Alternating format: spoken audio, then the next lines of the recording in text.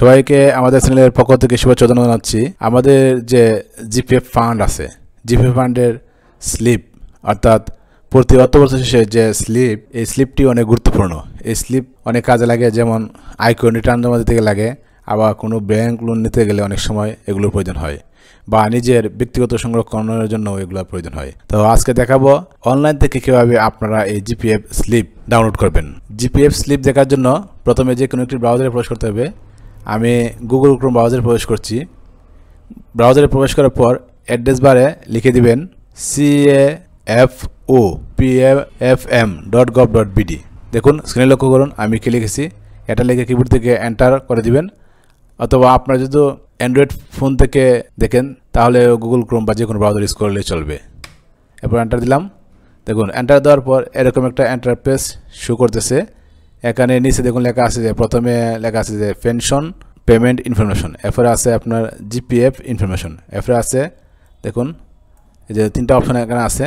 তো আমি যেহেতু জিপিএফ ইনফরমেশন যেতে চাচ্ছি, এর জন্য জিপিএফ ইনফরমেশন লেখা নিচে যে লেখা আছে ক্লিক হেয়ার, এখানে ক্লিক করব। দেখুন ক্লিক করলাম। ক্লিক করার পর এখানে দুইটা অপশন আসছে, দেখুন একটা ঘর আর একটা নিচের দিকে। প্রথম ঘরটা হবে এনআইডি নাম্বার। এই যে প্রথম ঘরে হবে এনআইডি নাম্বার।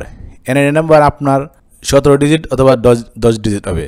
যদি আপনার এনআইডি স্মার্ট না হয় তাহলে আপনার হবে 17 ডিজিট, অর্থাৎ প্রথমে জন্মসাল দিবেন, তারপর 13 সংখ্যার এনআইডি নাম্বার দিবেন। আর যদি স্মার্ট হয় তাহলে 10 সংখ্যা দিবেন।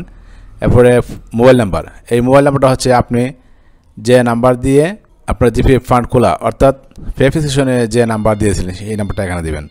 তো আমি আমার এনআইডি নাম্বার এবং মোবাইল নাম্বার দিয়েছি। দেখুন আমার এনআইডি নাম্বার এবং ফোন নাম্বার দেওয়া শেষ হয়ে গেছে। এবার নিচে লক্ষ্য করুন লেখা আছে সাবমিট, এই বাটনে ক্লিক করবেন। তো আমি এখানে সাবমিটে ক্লিক করলাম। এরপর একটু অপেক্ষা করুন। সাবমিট বাটনে ক্লিক করার পর এরপর এরকম একটা ইন্টারফেস শো হবে, অর্থাৎ employee verification, please enter OTP that has been send to your registered mobile phone number. অর্থাৎ আপনি যে নাম্বার দিয়েছিলেন, যেটা আইবাসে বা ভেরিফিকেশনে দেওয়া হয়েছিল, সেই নাম্বারে একটা কোড গেছে 6 সংখ্যার। এই কোডটা এখানে বসিয়ে সাবমিট করতে হবে। তো আমার মোবাইলে কোডটা আসছে, আমি এই কোডটা বসাচ্ছি। দেখুন আমার 6 সংখ্যার কোডটা এখানে বসালাম। এরপর নিচের দিকে লেখা আছে সাবমিট। এরপর সাবমিট বাটনে ক্লিক করতে হবে। আমি সাবমিট বাটনে ক্লিক করলাম। ক্লিক করার পর এখানে দুইটা অপশন চলে আসছে, যে জিপিএফ অ্যাকাউন্ট স্লিপ, আরেকটা হচ্ছে জিপিএফ সাবসিডারি রেটগার। তো আমি এখান থেকে জিপিএফ স্লিপ ডাউনলোড করব। আর কোন অর্থ বছর ডাউনলোড করবেন, এখান থেকে আপনি এই ড্রপডাউন মেনু থেকে সিলেক্ট করতে পারবেন। আমি 23-24-এ ডাউনলোড করব, এই জন্য আমি 23-24 সিলেক্ট করব এবং গোতে ক্লিক করব। দেখুন নিচে দিকে গ্লো লেখা আছে, গোতে ক্লিক করলাম। ক্লিক করার পর দেখুন আমার এখানে জিপিএফ ফান্ডটা কত আছে, কি আসে বিষয়, যে account number, name of subscriber, opening balance, deposit during the year, এরপরে প্রফিট ফর দ্য ইয়ার, সব কিছু এখানে দেওয়া আছে, অর্থাৎ স্লিপটা দেওয়া আছে। তো এভাবে জিপিএফ ফান্ডের স্লিপটা ডাউনলোড করতে পারবেন। অথবা এখান থেকে এই যে এখানে ডাউনলোড আছে, আপনি যেটা এখানে ক্লিক করলে এটা ডাউনলোডও করতে পারবেন। আবার এই যে এখানে আছে প্রিন্ট, এখান থেকে প্রিন্টও করতে পারবেন। এবার আসি দ্বিতীয় অপশনে, এই যে জিপিএফ সাবসিডারি।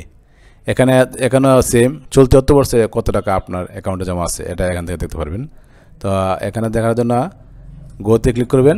ক্লিক করার পর আগের মতোই একটা ফরম্যাট চলে আসবে। এই দেখুন আমার এখানে কত টাকা আছে, কি আসবে, সব এখানে শো করতেছে। তো আশা করি সবাই ভিডিওটি বুঝতে পেরেছেন। আর যদি কারো কোনো সমস্যা থাকে তাহলে আমাদের কমেন্ট বক্সে কমেন্ট করে জানাতে পারেন। ধন্যবাদ সবাইকে।